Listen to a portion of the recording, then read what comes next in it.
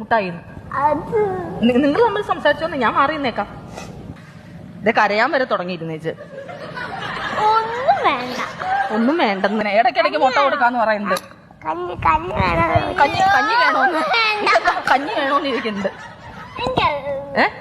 ഇല്ല എന്ത് ചെയ്യാനോ ഈ കുട്ടിയെ അടുത്ത ഓഫർ എനിക്ക് പറഞ്ഞത്.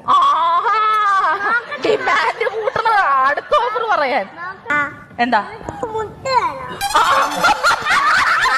ഈ കുട്ടിയെയും കുട്ടി പട്ടാളം ഈ എപ്പിസോഡും നമ്മളാരും മറക്കാനിടയില്ല.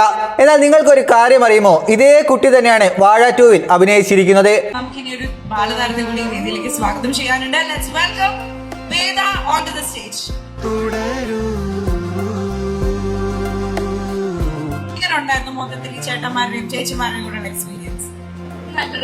ഷെയർ ചെയ്തോ. Thank you.